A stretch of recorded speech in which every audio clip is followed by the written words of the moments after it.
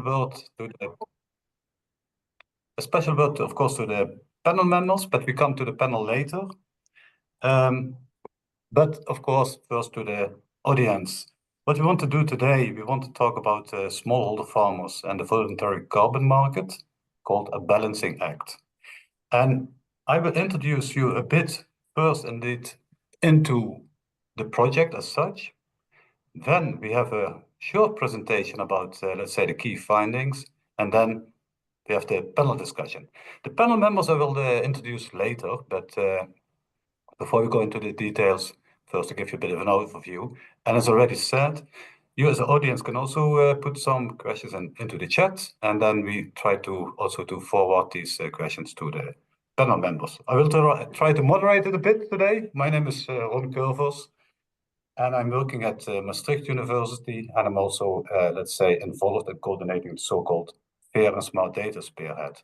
So very briefly, because that's a bit the context we are working in, the Fair and Smart Data Spearhead is a research program which was established by Maastricht University in close collaboration with Rabobank, the ACON program on Carbon Market Initiative, and Solidaridad, which is an international global NGO, and they work a lot with smallholder farmers in the global south.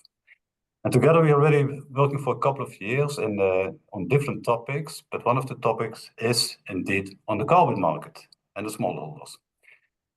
So what we are aiming with this spearhead is that we say, okay, we put the smallholder farmers at the center of sustainable development.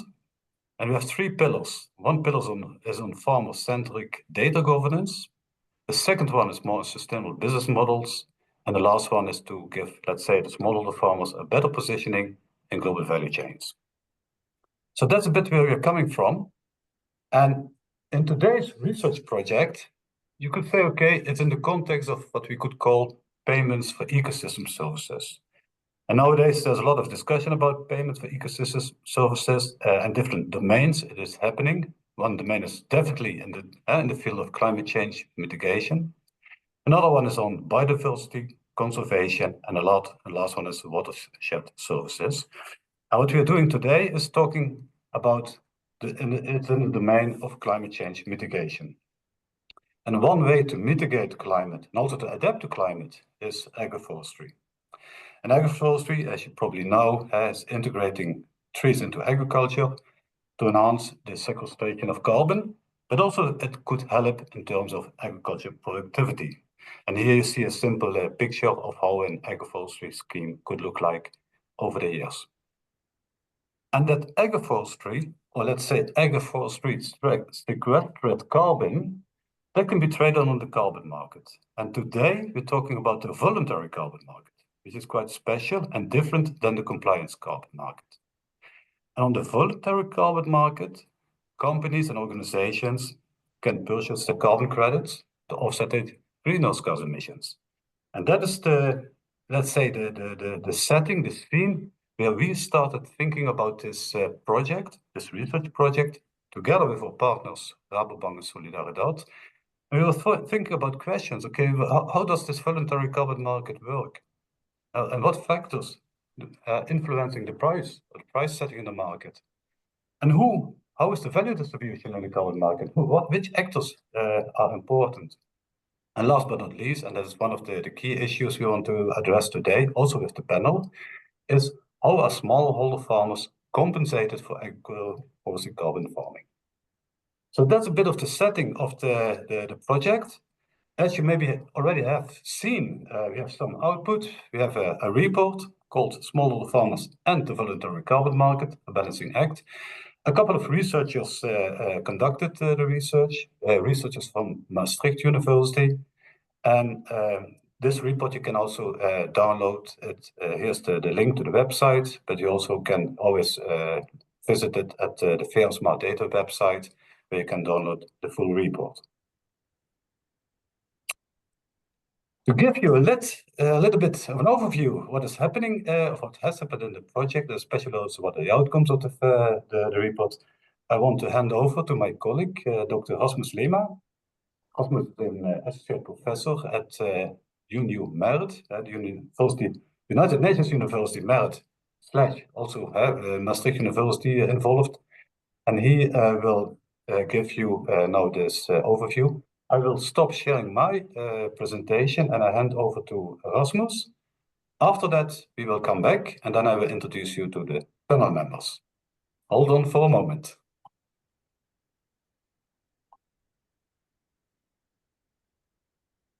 Rasmus, yes, it's your turn. So do you see the slides? Yeah, great. Okay.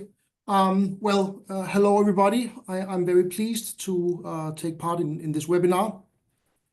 So I am Rasmus Lima. I'm from the School of Business and Economics at Maastricht University. And together with colleagues from the school, I have been engaged in this project. So it has been a very interesting project for me in many different ways, also because I have gotten to know colleagues from across the department that I didn't know already.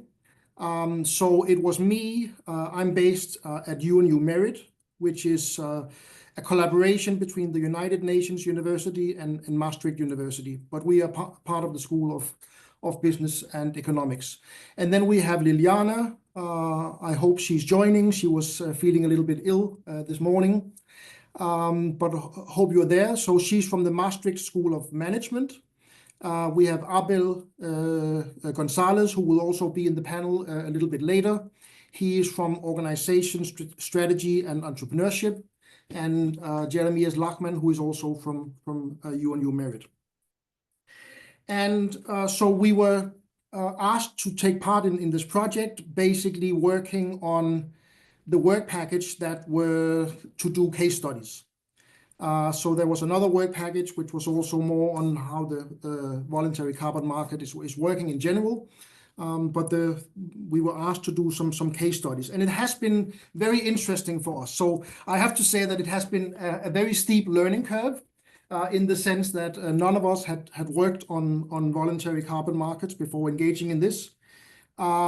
So what we also were trying to do for our own good was to really try to reduce the complexity of understanding these carbon markets, because they are very complex. So I hope for the audience out there who are not familiar with VCMs that this is useful. And I hope for all of you who are experts and work on VCMs every day and have worked on them for a long time, that this kind of outsider's view could be useful. Okay, but so one of the things that really attracted us to engage in this was to think about this idea of a green window of opportunity. So in other smallholder farmer settings, the sustainability drive is having a major impact on smallholder farmer lives. So on the one hand, there can be an opportunity because the sustainability drive, new standards, are actually fit with production methods and specific advantages of smallholder farmers, which can give a boost. On the other hand, these sustainability standards can also be a hindrance and pose market barriers and so on. So we were intrigued by this basic question in the case of voluntary carbon markets. You know, how big of an opportunity is this? So this is what we set out basically to investigate. And of course, we all know that smallholder farmers are very important in climate change mitigation. Agriculture is a very important part of climate change mitigation. But in many cases, these smallholder farmers, they are excluded from the carbon market. So what Ron just earlier referred to as the compliance market is in many cases off the limits of the smallholder farmers. So we wanted to understand this VCM, but of course, what are the requirements to participate, and to what extent do they really provide benefits? And so this is what we wanted to unpack. So the research questions are here on the screen. Number one, do these VCMs really provide an opportunity? And how does the organization of these voluntary carbon markets, how does it affect the nature and the extent of the benefits that can fall to smallholder farmers? And also important, how can they be improved? What could be the adjustment in terms of governance models and so on. So as I said, we wanted to reduce complexity, and we did this by applying a value chain lens. So as Ron was saying, one of the questions in the overall project is about how can positioning in value chains be improved. And now there's a big literature on global value chains, connecting producers and farmers in the global south with markets in the global north. So we were inspired by this literature and wanted to apply that. So basically looking at VCMs as another value chain, another case of a value chain, where basically the commodity are the carbon credits. So applying this value chain approach, the key feature of that is to look at the entire, for obvious reasons, value chain from the initial production to the consumption. So let's say from cotton to clothes. But in this case, the provision of ecosystem services to the consumption of a credit. So what you can see in the figure here is our kind of framing, in which on the one hand you have the, let's say, carbon offset supplier. So that would be smallholder farmers who provide a kind of ecosystem service. That ecosystem service is being documented up through the chain and being, let's say, embodied or ingrained in a carbon credit, which is being produced by, consumed by a company. On the other hand, you have monetary flow, so that company pays for this carbon credit, which goes down through the chain, ending up in smallholder farmer communities. So we wanted to understand what's the kind of value distribution throughout this chain, and in particular, as Ron mentioned, what are the benefits accruing to smallholder farmers, and both looking at monetary benefits, so direct payments for inclusion in these markets, and also what we call co-benefits or additional benefits that are not of a monetary kind. So they could be of many different kinds. Land use benefits, improved resilience.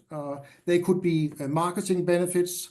They could be biodiversity benefits, and so on. We focused mostly on types of benefits that have a direct economic value. And yeah, as I said, so the global value chains approach comes with a huge theoretical apparatus. We could not apply this. We couldn't fully develop that in this report. But we have been, let's say, implicitly inspired by ideas about value chain governance, what is called upgrading of smallholder farmers, issues of power dynamics, and so on. So this is not really a neoclassical economic framework where you have prices and quantities, but you have power relations between actors, and you have institutionally embedded actors. So we wanted to do this looking at two different projects. And it's quite important to say from the very beginning that basically these projects are of a very different kind. So they are providing two different types of ecosystem services. And this is quite important for how we engage in the discussion and to interpret what we have found. So on the one hand, this Genotega and Matagalpa project in Nicaragua is an agroforestry project. Acorn, Rabobank, and Solidaridad is involved, and we have people in the audience and in the panel who can say many more details about this than I can. And then on the other hand, we have this Quilombola Community Carbon Project in Brazil, which is not a agroforestry project as such, at least not yet. But for the moment, it is mainly focused on conservation.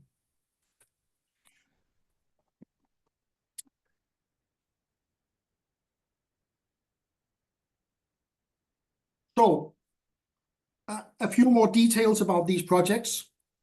As I said, they are a different kind. So that also means that what is being sold in the market is different. In the Nicaragua project and its value chain, it is a carbon removal unit which is being sold. So that is the credit. And in the social carbon project in Brazil, it is tons of equivalents conserved, or TEC. So there's a difference there. And there's also a difference in pricing, which of course is important. So the ecosystem service which is being provided is, in the one case, carbon sequestration. In the other case, it's conservation. And what is also interesting for us to observe is that basically the origin of the methodology, so basically what is the climate impact, what is the climate benefit, how is it being documented, and that entire process, which is called the methodology, is also to a large extent being developed by the carbon credit providers. We have differences is in who is doing the verification. And we also have, in these two cases, we have differences in the buyer, the types of buyers. So from the Nicaragua project, huge multinationals such as Microsoft and Lavazza. In the Brazilian chain, now of course reseed is you could Vasco, if I may, you could call reseed a multinational, but of course the chain is re-entering, let's say, the Brazilian market again with Brazilian supermarket cooperatives and food brands and individuals as major buyers. In terms of land tenure, there's a difference between whether it's required or not required. But in terms of the smallholder beneficiaries or the carbon offset suppliers, they are roughly of the same size, so 10,000. So for this slide, I'm very sorry for the visuals. I don't know whether you can see this, but we wanted to try to map this out. So what you can hopefully see is the two projects, and then we have the location. So where are the different actors and activities located? In the middle, we have the activities, who is doing what. And then we have the value capture on the right-hand side. So to make sense of this, we mapped it out. And as you can see on the left-hand side, you have Acorn as a very important, what the value chain literature would call a lead firm, who is coordinating, developing the methodology, issuing the credits to the buyer, and organizing project finance. They are working with the compliance and the certifiers, Plan Vivo, which is a certification company. So they are working together, A&O on the ground, and Plan Vivo more ensuring that the methodology is let's say, appropriate to the plan that is developed by Plan Vivo. Then Solidaridad is involved on the ground.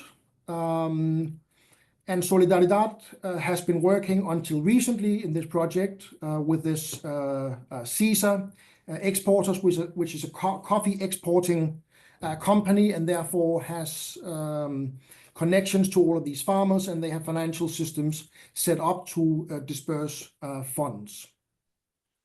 On the other hand, in this Quilombola project, Reseed is doing most of the coordination, working in a little bit more of a simplified setup with food chain to verify. And then on the ground, working with ICAM, which is a local Amazonian NGO bringing together nature conservation and social development. So they are also engaged in the training activities and dispersion of funds.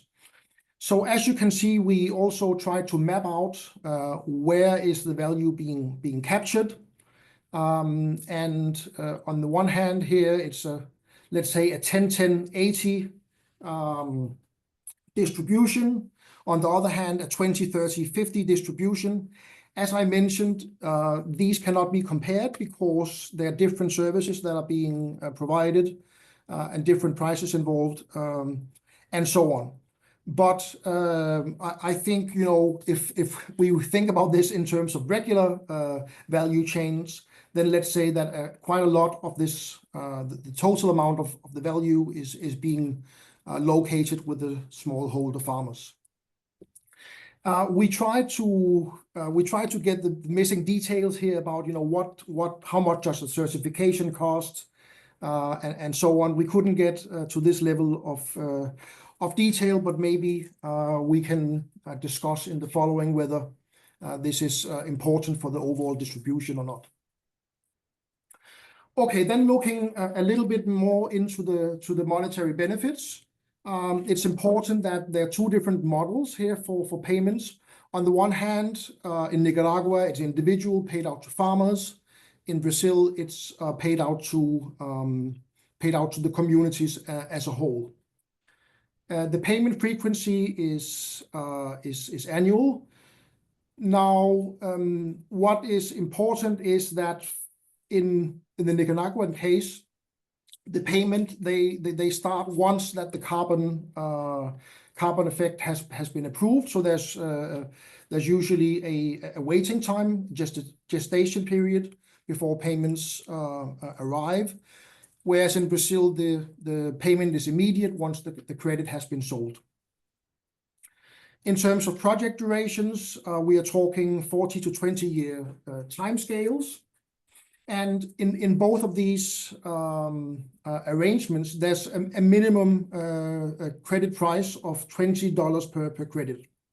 But what is important is that in the Nicaraguan case, the price has increased beyond this minimum price to 33 euros and 40 euros last year, whereas in the Brazilian case, the minimum price has, let's say, not moved. So the price has stayed with the $20 per credit. So what does that mean at the bottom line? In the Nicaraguan case, annual payments of 112 euros to 134 euros per farmer. And that is, according to our information, an annual income increase of 10 to 20%. In the Brazilian case, and this is projected, it's a payment to the entire community, as I mentioned, of $8.5 million per year over 5 years. And that is an increase in income of 89%. So quite a substantial increase in the income. So then, as I mentioned, we are not just trying to look at what are the direct monetary benefits, but what are also the, let's say, additional co-benefits. And we have been focusing mainly on what we could call economic co-benefits. So on the one hand, in both cases, there's a kind of sustainability benefits in the sense that there's more resilience and more durability in the land management. So one of the big advantages is a, let's say, financial incentive for climate smart agricultural practices and forestation practices. In the case of the Nicaragua and the coffee value chain there, it has a direct impact on crop yield, so that is important. Now the plan is, and that's why it says in the future in Brazil, because the plan is that that project will extend from forestation and conservation to also agroforestry. In both cases, there's a diversification, as I mentioned, of incomes. So not just the income from the coffee which is being produced, but also the income from this carbon project. And also in the Brazilian case, a completely new income stream. Then in terms of skills development, that's also a very important component of this, being undertaken in most cases by the local partners. So a capacity building program for agroforestry in the Nicaraguan case. And there's also, for not just for this project, but for all the projects under ACORN, an online program which is called the Carbon Farming Academy. So we also wanted to, we asked those that we spoke to across the value chain, and in this case, the farmers. So do you envisage that this could also bring about a price premium so that you could get additional price for your coffee if it says, let's say this is sustainably produced and it has a carbon benefit? That remains to be seen. In terms of additional services, in Brazil, what was emphasized was some of these legal services, financial and technological services. Legal services being very much about, let's say, regularizing land tenure, which is for land and areas that are not regulated at the moment. Now, what is not here is different kinds of co-benefits, such as biodiversity co-benefits, but they could also be factored in. And in fact, one of the points of our report is that price income from, let's say, additional benefits, not just the social benefits, could in fact be factored into the price and be made a key selling point in these markets. Okay, so some of the issues and challenges, some of them arising from our own analysis, some of them mentioned by the informants in our interviews. So thinking about the carbon market, this is a very special market compared to many other markets. And in terms of, let's say, the bargaining power for smallholder farmers, one limitation is that most of these voluntary carbon market projects are kind of top-down driven, and it's difficult for smallholder farmers to, let's say, take the initiative in these kinds of negotiations. So a lot of that is let's say, externally imposed, and that has to do with how this market works and its imperfect competition. They are very complex structures, so it's difficult for a smallholder farmer to understand the market in which these services are being embedded. So it was quite clear from our interviews that how this carbon credit pricing works is very obscure to many of those involved, and not just the smallholder farmers, because actually the price negotiation and the price formation is very complex. We also looked or thought of and discussed some governance gaps. And as I mentioned, so one of the things is that right now most of these carbon credits are prioritizing the environmental metrics, so how many tons of CO2 is being conserved. But as I mentioned, some of the additional benefits could also be embedded into the price. Now, of course, this is a discussion for later about who is going to do this and all the coordination challenges involved. We also observed some financial issues in terms of late payments, and some were complaining about some upfront costs, also in terms of learning and seedlings and so on. And as I showed you in terms of the payments, there's still some uncertainty because the price of carbon credits is fluctuating. Okay, let me try to round up now. Just very briefly in terms of the initial questions that I posed. Do VCM provide a window of opportunity for smallholders in the Global South? Well, from our limited exploration of this question, the answer is yes. But it's quite clear that in some cases the financial benefits are not the most important ones. But in fact, the co-benefits could be much more important. And it's also clear that, at least in some cases, we, let's say, need to curb our enthusiasm about the benefits that this can bring about. In terms of the organization of the VCM markets and how that affects the nature and extent of the benefits, it's quite clear that the complex structures and the absence of, let's say, regulated systems and uniform systems is quite a big problem, and that is reinforcing some power imbalances in this chain. And as I mentioned, there are opportunities to monetizing things that are not yet monetized.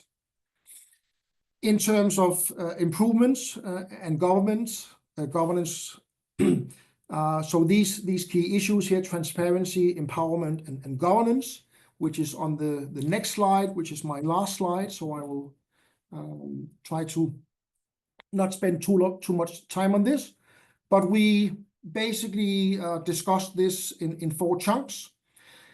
So one area of improvement is about fairness and transparent compensation. Of course, it's clear that carbon markets should reflect labor, time, and resources invested. Now, of course, in the cases that we have looked at, that is not. But when we think about the markets more broadly, it is quite clear that at the moment that for this to be ensured, it's a lot up to the responsibility and the goodwill of some of the companies organizing the chain. Also, in terms of fairness, farmers need a clearer information on the pricing and revenue sharing mechanisms. So in our interviews, it was mentioned that the farmers actually wanted to understand how these markets work. Strengthening governance and market access, so empowerment of farmer-led initiatives.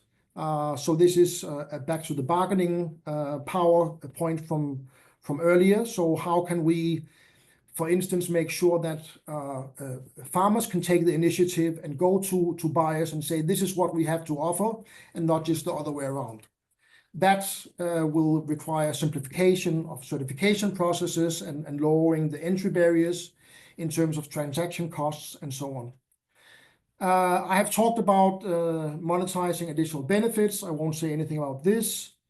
But maybe for some of these initiatives to happen, one can think about additional support on the ground for technical development, microfinancing, and so on. Last, building long-term sustainability. So this is about equitable partnership building. This is easier said than done, but we discussed in our group how to develop feedback loops to ensure that smallholder farmers can also get their voices back up through the chain. Could we think about boards across the chain and so on? So I think many of these things will resurface again in the panel discussion. But this is it for me now, and I hope it was useful and can provide a platform for the discussion we will have now.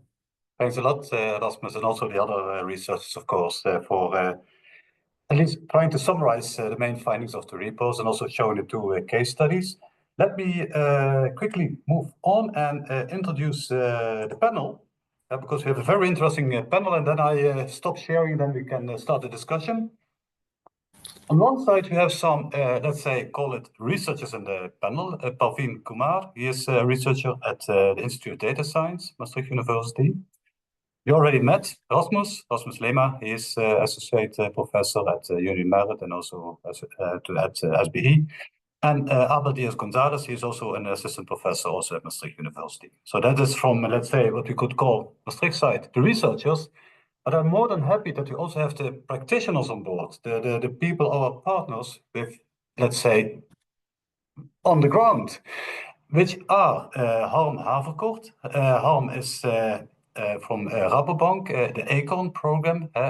We already talked about it, the carbon market initiative. As we speak, Harm is at this moment in Indonesia. Then we have Nora Hanna. She is the head of the Payment for Ecosystem Services at Solidaridad. Welcome, Nora. And last but not least, Vasco van Rosmalen, from co-founder from Reseed, which you also saw in the case study in Brazil. And now it's time to open the discussion with the panel. I stop sharing in a minute. Yeah. Let's see. Yeah. You didn't see it? Ron, you didn't share anything previously. Oh, sorry. Should we do it? Oh, is it? Nou, well, you can also continue the discussion otherwise. Rasmus from Maastricht, Pavien Kamal from Maastricht, Abel from Maastricht, Nora from Solidaridad, Vasco from Reseed, and Harm from Rabobank. So this is the panel we have. As we have already maybe some questions in the chat, but just I start with the researchers and more specific with maybe Pavien and Abel. You did this research. What were for you, let's say, some really surprising outcomes of this research? Pavien, maybe to start with. Thank you, Ron. So when we were exploring what is the current state of voluntary carbon market, so for us it was quite interesting. There are a lot of gaps in terms of how they have been implemented, especially what is the governance aspect, what are the monitoring aspect, what are the policies around that. So they were quite difficult to find, and there's no proper structure around that one. So for me, that was the most important aspect, because if you have to have a valid carbon credit, you need this institutional structure in place. And I think one of the questions we can see from Article 6.4, which talks about environment and sustainability aspect into carbon credit system. So we need to have this structure in place to make it valid and make this mechanism effective. So that was most important for me. Yeah, thanks. Abel, maybe something to add? Yeah, sure. I think one of the most surprising things for me as a researcher was the complexity of this project, from the scientific, but also from the operational part. And it was also quite nice when we came in contact with actually the farmers in the different places, that we had the opportunity to discuss with them openly about their perceptions, about their experience, and how I think they had expressed different type of questions, concern, and clarity on how everything is working, but they are also very happy that they are part of this type of innovative approaches, and they are willing to continue being there. They are willing to continue learning, to be able also to be further involved. So that was quite actually positive and so very surprising. Yeah, thanks a lot, Abel. Good to hear. Maybe to our partners, Nora and also Vasco. Both of your organizations are quite active and also connecting, let's say, smallholders to the carbon market, more or less. What is your opinion? What is, let's say, the potential impact of doing this on their livelihoods? And is that always beneficial for the farmers, or do you have also other experiences? Nora, do you want to start? Yes, I can start, and I just want to take a little moment to just also say thank you to the researchers that were involved. And as you have mentioned, maybe Parveen, and also we know ourselves, that's why we were very interested to support this study. There is really a gap in the literature to look at this market from a farmer perspective. So I was really glad to make a start and touch on this subject from this specific perspective that is often overlooked, even though farmers are in the forefront, both agriculture being an emitter of emissions, but also them feeling already the effect of climate change on their crops and on their livelihood, as you said. Now, second, I would like also to take a moment to thank the colleagues in Nicaragua that made it possible that this interview take place, and also the great work and appreciation that was expressed by the farmers. So that is, I think, was good to hear. Also the unclarity on how all these markets work and how they can link to it, but also how in general they are satisfied to be part of this program. And now I just want to come to your question on what is the impact on their livelihood, what are we hoping? And indeed the work that we are doing and using the voluntary market or carbon, let's say in general, as just a mean to an end is a continuation of our general mission, which is to support the economic resilience and transition to sustainable farming of smallholder farmers. This is what we do. And now when we work or make use of the carbon market in a way or another, it is to reach this vision. And that's why we're happy to partner with ACORD, who has, I think, has a like-minded organization, and therefore I think it's a very good collaboration so far, not only in Nicaragua, but actually in 7 countries, more than now 100,000 farmers in our joint program, next to other type of carbon farming or resilience farming type of practices that can sequestrate or reduce carbon, like biochar or other that we are also working on.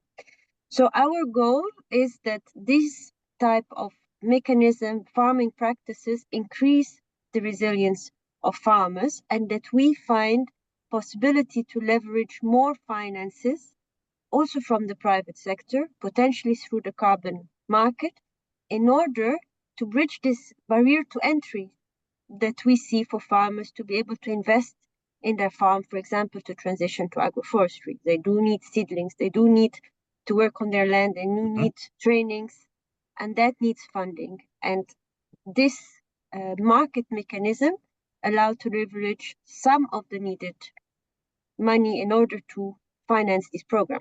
Question is it rewarded sufficiently? Are prices sufficient? Are farmers able to reap that benefit? And that is what we wanted to look into with this study. And I think we will be discussing further in this call. Thank you. Thanks, Nora. I want to hand over to Vasco. Vasco, also your organization, also connecting to farmers, also most likely trying to improve livelihoods. Is it always beneficial to do this through the carbon market? What is your idea about it? No, and like Nora, I wanted to thank the researchers and everybody for doing this work, which is truly important to fill that gap. So it's a pleasure to be here with everybody, and also everybody in the audience. And just taking that step back, talking about that gap, there's a number that we use a lot, that when we look at the carbon markets, while food production presents at least 30% of our global emissions, so that and we often say this, that even if we stop using fossil fuels, the emissions from the food sector and agriculture would put us above 1.5 and 2.0 degrees. So, but at the same time, in the history of the carbon markets, less than 1% of all carbon credits generated have come from agriculture. So that means that agriculture or the methodologies and the applications and the carbon markets have failed. It's a market failure to provide financing to agriculture to reduce its emissions, because that's what the carbon markets are. It's a mechanism to generate finance to help economic sectors to decarbonize. And so there is the pressure on agriculture, large-scale, small-scale agriculture, to decarbonize. But the markets have not provided financing to do that. And we can see that in that fact that fewer than 1% or less than 1% of all carbon credits generated have come from agriculture. So that is an important thing when we're talking about carbon credits. But like what Nora said, is from our point of view and from the work that we do, our objective is not to generate carbon credits. Our objective is to support smallholder farmers so that they can stay on their lands, maintain their livelihoods, improve their resilience in the face of climate change. Because, and again, as Nora said very well, and that's something that we often highlight as well, is these farmers are at the forefront of climate change, right? They are the ones who are receiving the impacts today. And here's another fun fact. I don't know if you know, what was a better investment than Bitcoin? So Bitcoin increased 140% in price. the commodity that increased more in price than Bitcoin was cocoa. It was over 180%, 600% in the last 3 years. So, and that is due specific to the pressure on smallholder farmers that comes from climate change and all the things that brings. And if you look at our cocoa supply chains, over 75% of the cocoa farmers in the world are vulnerable smallholder farmers. So when you put all these things together, we have to create a mechanism, and I think that's what everybody here is for, that helps to transfer outcome-based financing to smallholder farmers, so that smallholder farmers can maintain themselves on the land as the first step, because smallholder farmers around the world are disappearing. So in Brazil, 10% of Brazil's 4 million smallholder farmers disappeared in the last 10 years. I don't know if you guys know as well, another number is over 30 million hectares of land burned in Brazil last year. It was a record year, 80% more than any year before. And a lot of those fires were set by people, and many of them were to expel smallholder farmers from their lands to then move into industrial agriculture. So there is really, and that's why land tenure and other things are so important. But it really is about bringing that financing, and it needs to be outcome-based financing, and that's where the carbon markets and biodiversity markets are very, very good. So you bring that financing in. Yeah.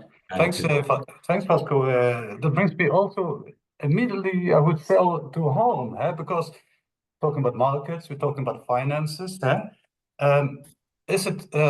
We also did some readings and studying, of course, about it, and often you see that maybe it's not true. Therefore, we should have this discussion. But farmers often, have high expectations in terms of financial compensation from, let's say, the carbon credits. Is that true? And if yes, how should we manage this? Or are the expectations maybe false? What is your opinion about it? Good afternoon. Indeed, I'm calling in from Indonesia, so it's a bit late here. It's nice to give a bit of flavor. This is a cocoa farm which I visited today, and I can confirm the statement of Vasco that the pricing is amazing for smallholder farmers at the moment for the cocoa market, but it brings other different challenges. But okay, that's a different topic. Thanks for the opportunity to talk here. Thanks also for the partnership that we have with Solidaridad to bring the ACOM proposition to the market. It's a carbon proposition focusing on smallholder farmers, and ACOM is a program of the Rabobank. Well, it's one of the biggest agricultural and food banks in the world. Why are we focusing on smallholder farmers? There are different reasons here. I mean, the origin of the Rabobank is, of course, cooperative, farmers cooperative.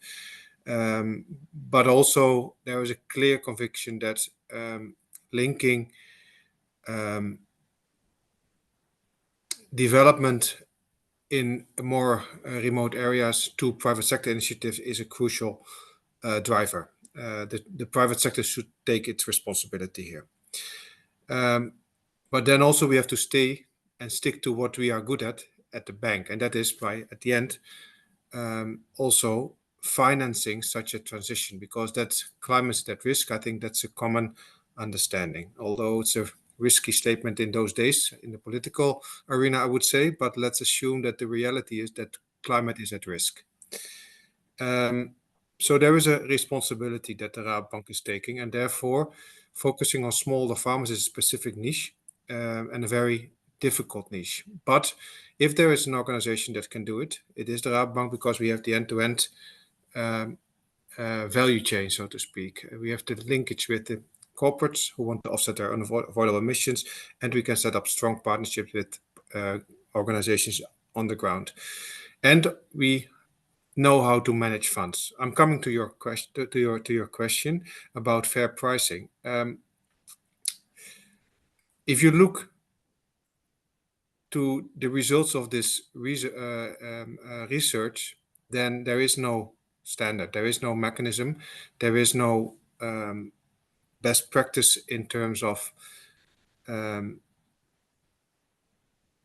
how to market and to price carbon removal or carbon credits. And there's also big differences between the quality of the carbon credits. So the average pricing of carbon is $10, but that doesn't tell you anything about the quality.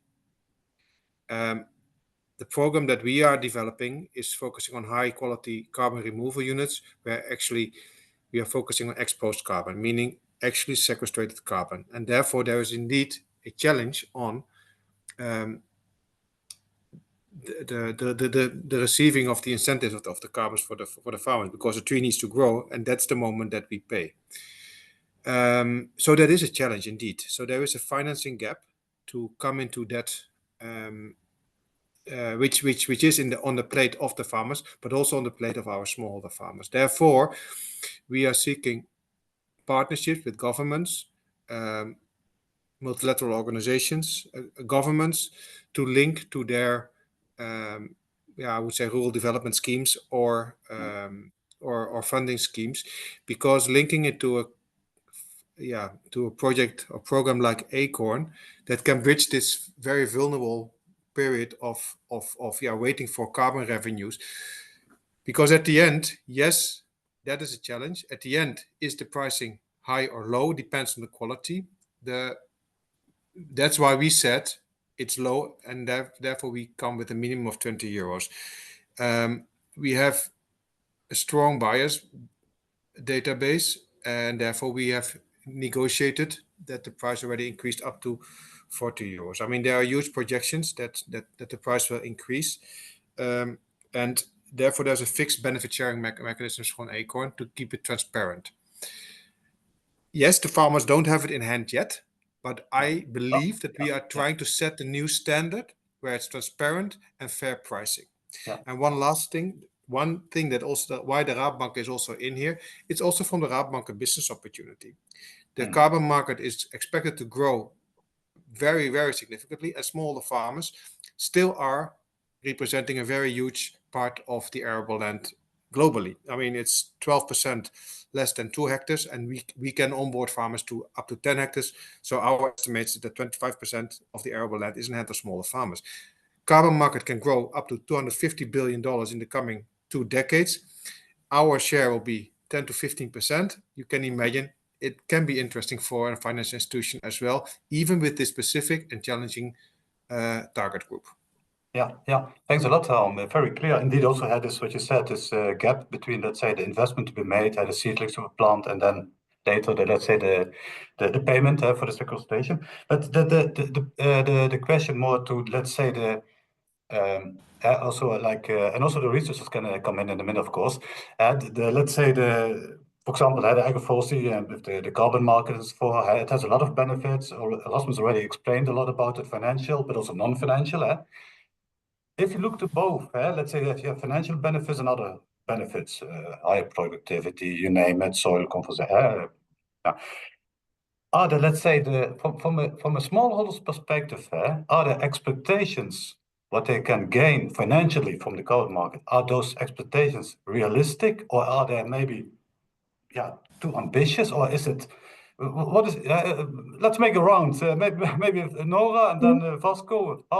Yeah, it is for us, and something that we align on with all the projects that we set, a clear message that this compensation, you can see it as a bonus, as a catalyst to continue into the journey of resilience and of sustainable farming. That is the message that we send in order to manage these expectations. And indeed, depends on the farm size and on the performance of the farmers with the number of trees that is optimum to plant and to grow well with their main crop, which is their main source of income. They can get revenue 100, 200, 300, maybe 400 euros per year. This is welcomed, but this is not a game changer, let's say, for them.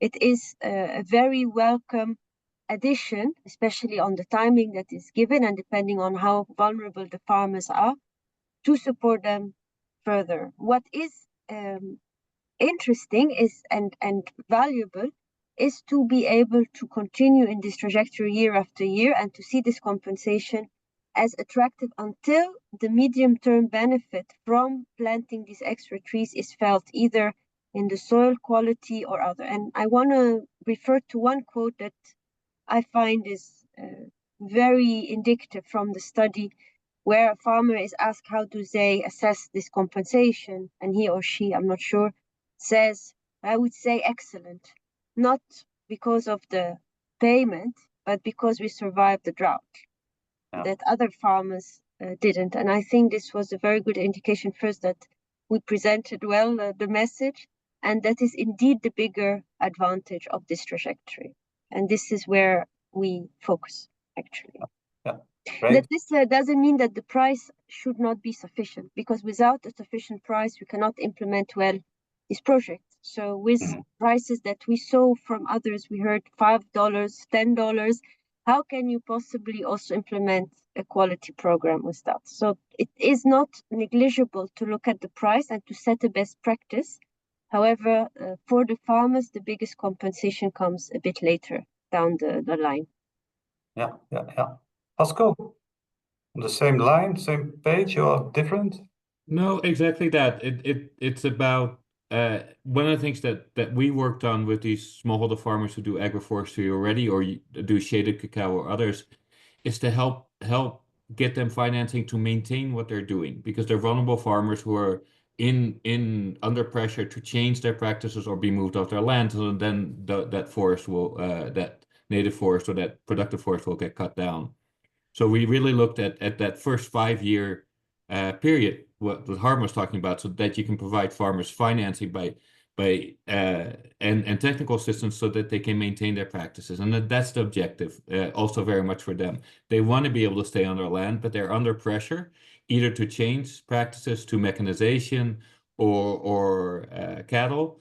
But what they're looking for is both access to credit or financing and technical assistance so that they can improve their productivity, but using their traditional practices. So it is very much about that. It's not about how much money am I going to make and I'm going to become a carbon farmer. It really is about how can I be recognized for what I'm already doing and use that to generate the support that I need to improve my ability to stay on my land and do what I do.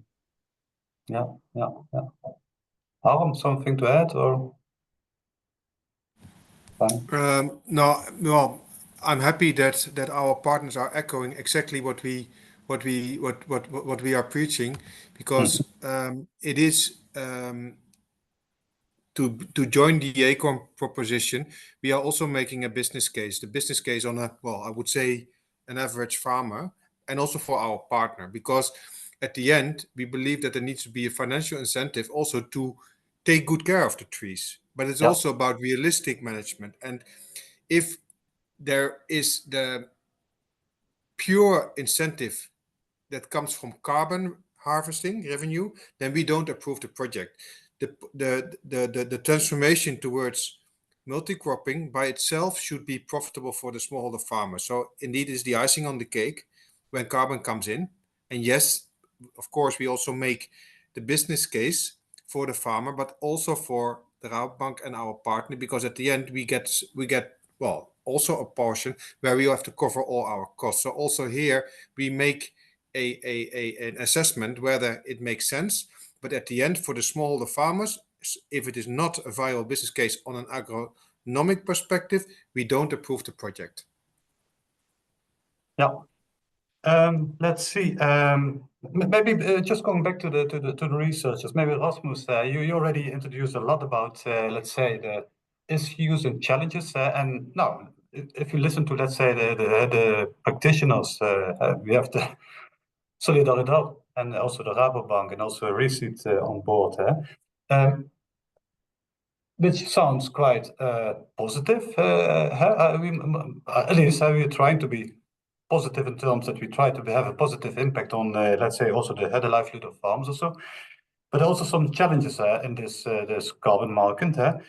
Do you, based on your research, have some ideas to say, okay, what conditions or requirements are necessary that the carbon market, the voluntary carbon market, generates positive impacts on the farmers as much as possible? Is there some angles you say, well, this is definitely to be done the coming years, or?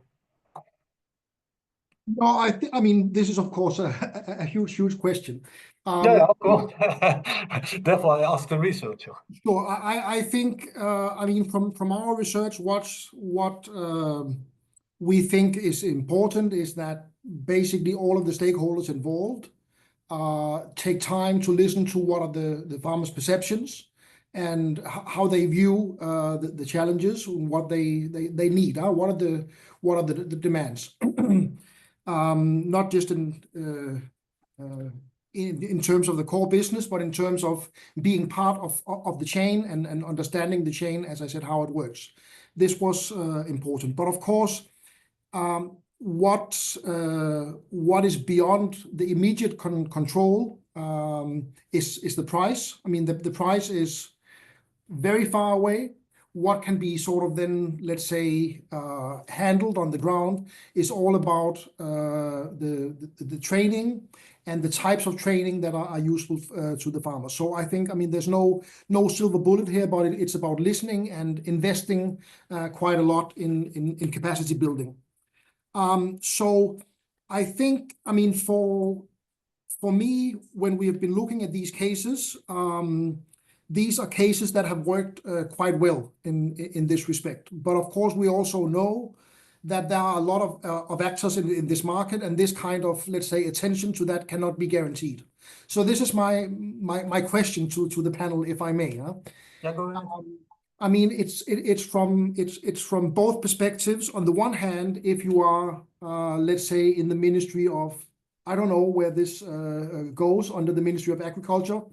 If you are in the Ministry of Agriculture in Indonesia, what are the types of things that you should be thinking about in terms of regulating the terms when basically we have this type of project engaging with foreign actors here? So what are the types of advice we could give there? I have learned that in Kenya, for instance, they do have certain types of requirements. But I don't know much about it. So that's one point. The other point is about not the local governance and policy making, but in terms of the national scale. As I mentioned, one issue here, and that is a challenge, is the huge complexity and the many different modalities and models. And in order for, let's get some manageable price structures here and navigating space, we do need some institutions to somehow streamline and manage across all these different models. But now, as I mentioned, this is a huge coordination problem. So where is this coordination going to come from?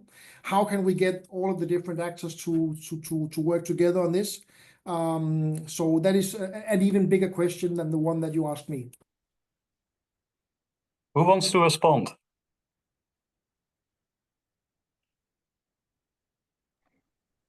The many questions, so we got them in pieces. But I do want to say one thing, maybe, and then Harm can take the one about Indonesian government, since he's in Indonesia. Yeah. If you want. About the price dynamics and where are farmers from it and the governance, I think this is one of the reasons that we have specifically been enthusiastic to work with you on this study, is to bring some light on current practices. I mean, indeed, I do believe that the two practices we are showcasing today are rather good ones. But as you know, and that's what you have in most attention to, unfortunately, in the newspapers and others, there is a lot of not so good practices where we don't know what is actually generated in terms of income. Farmers, we don't know what actually goes to farmers. It's very limited transparency, let alone control of prices by the farmers. And actually, like other commodities, the dynamics of price setting is way beyond the power dynamic, not only of the farmers, but even of us and maybe of Acorn, because it is governed by many criteria and qualities that the corporate require. What we can do, however, is to say yes or no to projects, and that is what we do very consciously. So what we want with these type of projects as a civil society organization is to set a better model. and to be able to reflect that against what is less beneficial, and with that engage in this dialogue with policymakers or other civil society actors in order to see us raising the bar in this sector like we did with others. So that is maybe a bit of, so recognizing indeed that there is quite a lack of power on our end to secure this market. However, we want to showcase what is a good example of a better, at least, value sharing. On the entry, on the market complexity to enter and the need for verification, certification, etc., I maybe can leave also others to respond. I must say that the way of travel is for more demanding, higher requirements for verification, also linked to the scandals in this sector. So it's this balancing act also to have the credibility, yet have it manageable in terms of costs and effort, unfortunately. Yeah, so maybe that's it for my side. Yeah, thank you, Nora. Do you want to follow up on this, or? Yeah. If I'm missing the key of the question, then please correct me. But I saw also in the chat that there are some questions on, okay, how do you participate with governments, and are there countries that are well, it's actually the other way around. It's such a new market, the whole voluntary carbon market, that there is not really a best practice in carbon regulation. I mean, there are a few countries that are quite ahead. I mean, we are operating from the Asia perspective we are growing quite well in India, and I would say on the lower end is Indonesia. That has to do also with the negative news in the past on the voluntary carbon market. Either it is conservation or planting new trees. It is a high risk market for greenwashing, and that is where governments want to get grip on. With this proposition, I think from the ACORN, I think Solidaridad, I mean, Solidaridad is aligned there. We need to find partners that have the power and same mindset to be able to create transformation and have the same or equal risk of reputational damage. In other words, we start a partnership with Solidaridad because they are serious about it. We are setting up a partnership with the Indian Indian Development Bank because, if they link to us, then they also need to really commit to it. The logic about the setup with a specific focus on smaller farmers, that resonates because that is an impact. There is an incentive for the governments to really support this because it links to their schemes for rural development, agricultural development, planting schemes. So you find that there is, I mean, it's very easy to get on the table. I mean, a year ago we got all of a sudden a call from the Minister of Kyrgyzstan, of agriculture of Kyrgyzstan. He wanted to talk because there's 600,000 hectares that he wants to of degraded grazing land to link to agroforestry. I said, okay, fine, I come. I had to look where Kyrgyzstan was. Okay, I found out it's quite a big country. And the reason behind actually focusing on agroforestry is not only because of the incentive for the smaller farmers, it's even a bigger objective because 76 million people are depending on the water from the glaciers behind it. So if you can mitigate the temperatures by planting trees, that has a huge impact. So there are different factors that come onto the table when you are setting such a serious scheme with serious partners. I'm not sure whether I'm answering the question, but that is the table we are on. I mean, that's the level of discussions that we have. That's the level of discussion that I also have now here in Indonesia. One thing which I would like to give back as a reflection from our side, it's something that we can't do alone. We need each other, from the researchers, from the practitioners, from the financiers, from the certifiers. And because of the negative articles, also Acorn has been part of the negative articles this year. We are not walking away from that responsibility, but I think it's a decision that we all need to take now. Do we want to focus on the specific niche of smallholder farmers? Yes or no? If we say yes, then it also comes with a, I would say, realistic approach how to scalably validate and certify projects, because at the moment the costs are increasing and increasing, and the demands for us and the projects with a specific niche on smallholder farmers is equal for other carbon projects which don't have these high transactional costs. So therefore it becomes much more difficult and more complicated to also focus on this specific niche. So I think also here as a sector we need to, the collaboration. Therefore this research I think is a very interesting starting point to say how can we jointly also agree on parameters that also suits this specific target group, because I think here is a crucial element in the complexity. Yes, it's complex. Yes, we are in innovation. Yes, we work with parties that are very, very serious about it, but it remains a challenging target group. And do we say yes to smaller farmers? That comes with responsibility and accepting certain changes to, I would say, common standards. Yeah, thanks, Harm. Very clear and a good call for further collaboration with many partners. I saw also a hand raised by Parveen. Please, Parveen, go ahead. Thank you so much. I'm just wondering because I'm a researcher. I'm working in agri-ecology kind of topics. I also come from a mountainous regions of India. So I'm also, my family is a farming community. So what I understood from my PhD experience, a lot of people are also stuck with this government subsidy. So the seedling and then the fertilizers.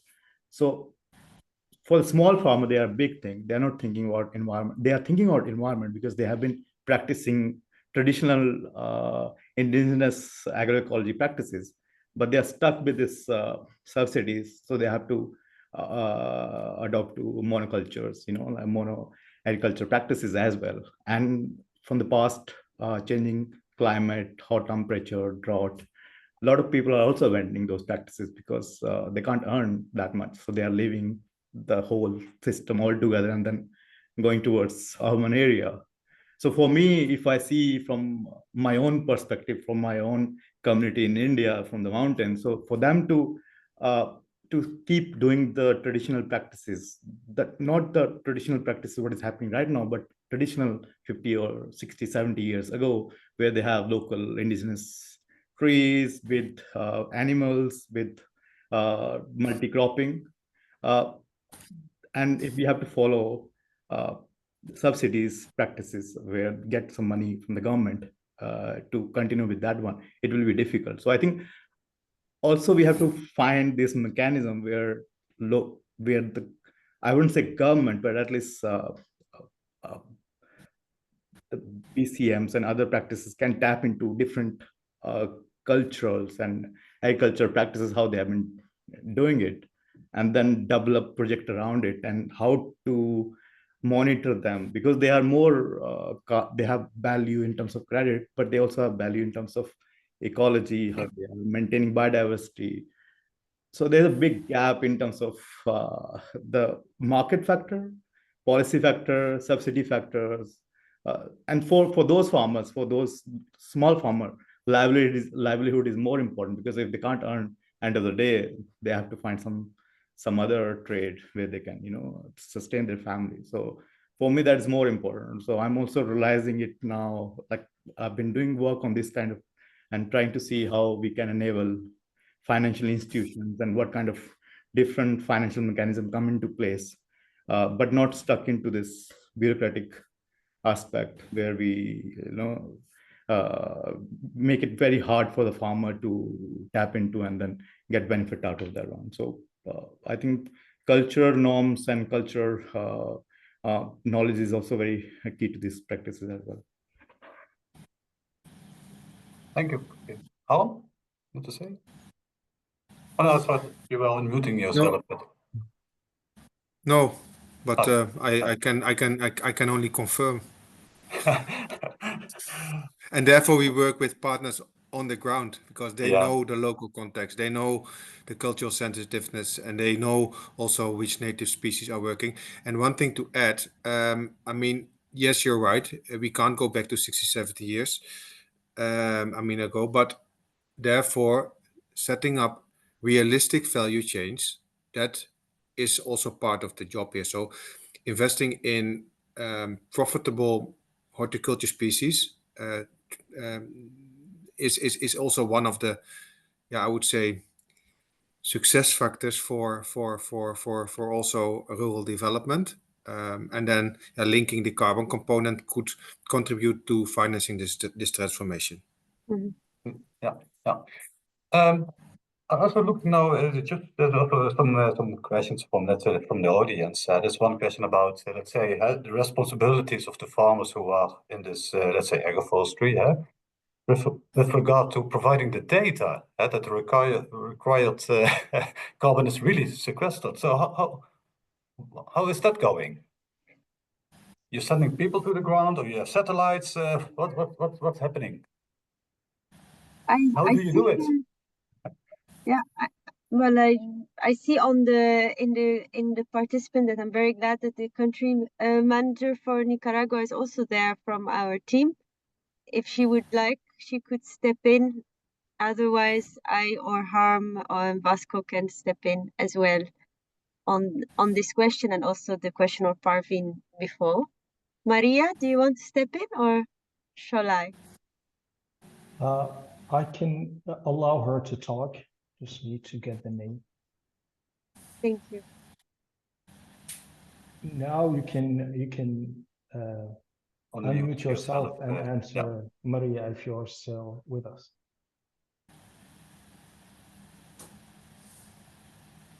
If she's around.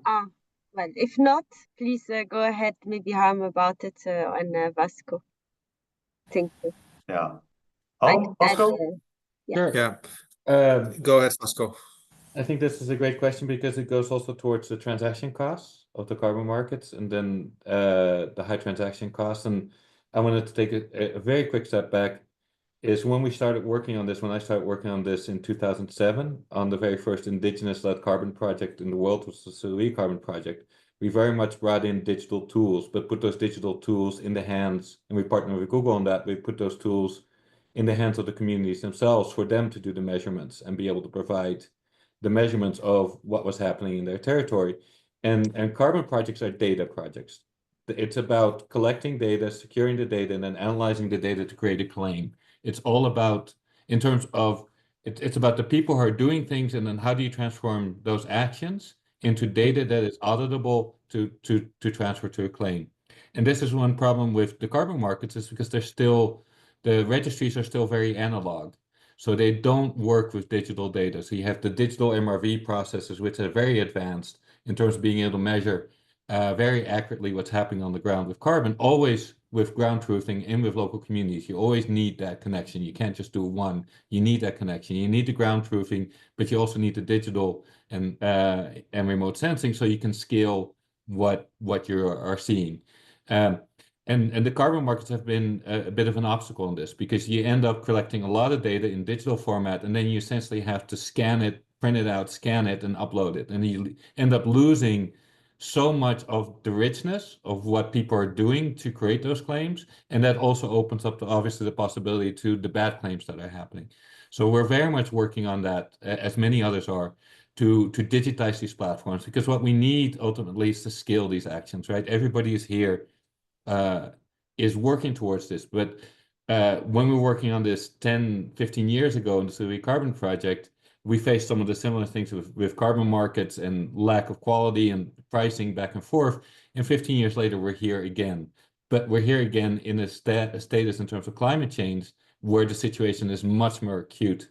And we absolutely don't have the luxury to continue to do pilots. We have to, everything we should be doing now is to think about how do we scale what we do, because climate change is a global challenge. So we need to scale, which is why it's so good to have Harm here from Rabobank. These are the institutions, and obviously Solidaridad, but these are the institutions that have the ability to take these experiences and to truly make them global and scalable. Because again, that's just my call for action, is that we have to move away. We have to move, not away, we have to take all the lessons learned over the last 20 years and put them into really worldwide scalable action now, because we really don't have that another choice. Yeah. On this. Well, yeah, I think well, thanks for the support. It's vice versa. I think there are many support. I mean, it's not if so. It's many initiatives are very complementary to each other. But coming to your question, how do we make our claims and how is it reliable? I mean, that is part of linked to the I would say the challenge that we are facing now. In order to make it scalable, we are using satellite images and remote sensing and machine learning, and link that to ground truth data. So annually we are going to the field. We assess the plots really on tree level, and we know the polygons there, which agroforestry concept is in place. So if you take then the satellite images, there, I mean, a pixel is stupid. It doesn't tell you anything. But if you link it with ground truth data, then you know it's a mango tree of 3 years, which represents a certain color. If a year later you collect again ground truth data, you know that the tree is 4 years, and then there's a slight difference in color. Mm-hmm. So then if you put this layer over all your polygons where you know what kind of agroforestry model there is, then you know, okay, colors from this, I mean, this color is representing a tree of 4 years. This is representing a tree of 3 years. So on project level, we can calculate then the difference in biomass, because that qualitative input comes from your ground truth data. So therefore, we can have a high accuracy, but it is on project level, and therefore that's for us the only way to do it at a scalable way, manner, and to involve a lot of smaller farmers that get the incentive to contribute to the mitigation of climate change. And there I'm coming back to my point, if we have to fit in the general approach that we have to visit every single farmer, you can imagine that's not possible. So therefore, the remote sensing, machine learning, new technology, also what Vasco is mentioning, is crucial. We can't walk away from that. So the analog systems, link it to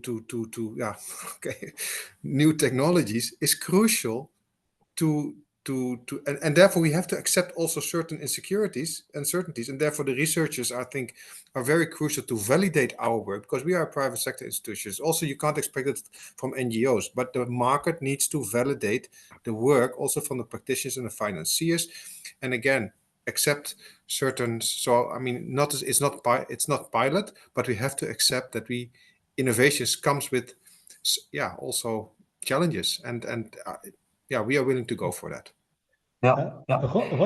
Sorry, maybe there is this question to the researchers, and I would address it to Abel. Some of it has been answered before, but I think maybe elaborating more on it could clarify the finding of the research. So I'm just going to read the question. Did the research include interviews with participating farmers regarding their satisfaction, their cost of compliance with needed practices, and opportunity costs such as land used for tree planting for agroforestry? That's a question to the researchers, I guess. Yeah. Abel? I would like to hear from Abel about this, because I think he interviewed personally some researchers. Yes, of course. When we and thanks for the question. When we were let's say having different type of conversations with the farmers, we did it in a very semi-structured way. and we got from them different insights on their perceptions, but also how do they see the level of compensation that they are having, how do they experience their whole participation in this type of activities. And something that came from a macro perspective, as our analysis, is the way they perceive this, let's say, ecosystem, no? Because it's in a way it's an ecosystem with different type of actors, some of them that they can see, some of them that they don't know these actors also exist. And from some conversations, something I probably reflected is the way also these farmers are understanding their participation, but also how do they put forward the different levels of expectations that they have. There is a lot of information in this whole supply chain, no? And there is a lot of also information asymmetries. So something that the farmers don't see is how is this whole, let's say, activity coordinated, but they don't see it as a challenge. They see it mostly as an opportunity. So how can there be better coordination at their local level, coordination with the cooperative that they are working on, coordination with the local project implementers? Also, how is this whole activity at the level of coordination? How can this be better governed and orchestrated so that there is better access to information for them, that there is also better understanding of what is also their long-term sustainability on their participation, and how all the different ecosystem actors can get better incentive to be more coordinated and connected. So, and they express these type of concerns or questions with, with their anecdotes. They sometimes say, okay, well, yeah, we don't see this as a whole market. We do know, because we participate in trainings, we are also all the time in contact with our local partners, but we don't know the magnitude of this, and we don't know also what are the, the distance that we have with all the different participants in the supply chain. So I think there are many opportunities here, and also many challenges ahead, mostly at the level of the governance and the coordination in the whole supply chain. Thanks, Abel. Great also to hear the perspective from the farmers. We're almost out of time, but if you think about the future already, Vasco mentioned that we need upscaling. Also, Harm has talked about the promising using technology for remote sensing and validation, you name it. But of course, we also have a lot of issues at this moment. Let's say, think about the fluctuations in pricing, cacao, coffee, political issues, USA, Europe, you name it. How do you see the future of the VCM? Will it, let's say, become more mature, or is it high risk? More in general. I mean, it's a very open question, but to conclude this session, Nora, what is your opinion about it? Yeah, I want to widen from VCM because, as I said, it is the idea to both support better resilience of farmers and also transition to climate smart agriculture, as you call it, or let's say more green agriculture, more ecological agriculture, is the goal. The market, be it VCM, be it a government set up market, be it insetting Scope 3, is all very welcome as long as it provides enough value to sponsor and support these projects, and enough transparency and reliable, credible claims that are used out of it, not abused out of it. So as long as that is the case, it is. I think it will, of course, remain, because the crisis remain, the commitments of corporate remain, the governments also remain, even though in this political environment we see some shaking. So I do believe that they will continue to be the same commitment. I do want to see that there is more attention and fund be made available, especially to bridge this initial barrier to entry of smallholder, which is the initial investment needed. So also from governments or development banks or others, to make it possible for farmers to access. We will do our part, but we need this financing. Otherwise, this upscaling will not. Thanks, Nora. Vasco, how do you see the future? Even with all the political changes we're seeing, is the one thing that's guaranteed is that this challenge, this problem, is not going to go away, right? So anybody who likes their morning coffee, anybody who likes to have their chocolate, And here I'm just saying a few. I mean, we saw Japan having to release its strategic stock of rice to deal with rice. So agriculture is critical to our sustenance, and it doesn't work just in our own backyard. It is global, and smallholder farmers are a critical part of those supply chains. So the issue is not going to go away, and so the solutions that are being developed by groups like that are here are the way forward. So that whether politics goes up and down, like I said, 15 years ago we had similar things in the markets back and forth with carbon, but that's the one guarantee we can give you, is that as long as we emit 40 billion metric tons of CO2 into the air every year, that this problem is going to continue to be there, and that our food supply, food value chains are among the most vulnerable, most impacted. So if you're looking for a job in the future, this is a great place to work. Can help us find additional solutions, whether you're in business, whether you're in finance. Definitely finance, we need you guys to think about legal. Anybody who is thinking about this, the demand is guaranteed. Thanks, Vasco. Harlem, the carbon market, the future. I think I recognize what Abel is saying, that it's not the biggest challenge to really convince the farmers on this. The biggest challenge at the moment is, and that also links to is there a future? The market is willing to pay significant money to offset their unavoidable emissions. That's clear. I mean, there are huge tenders, multi-million tenders released to really at scale get grip on future tons of carbon. That is there. I mean, but that is under the condition that it is reliable and verifiable. So if we can also from a market become more mature there and come to a certain standard, and then at scale, at reasonable cost, because at the end, if it's scalable, also the cost will be reduced, then the market is there. And then if the market believes in the product, then there is a future. But the market is undoubtedly there because it's not going away. And the private actors, although maybe we tend to believe is different in this last month or 2 months, the market is not walking away from that responsibility. Companies do want to offset their own unavoidable emissions still.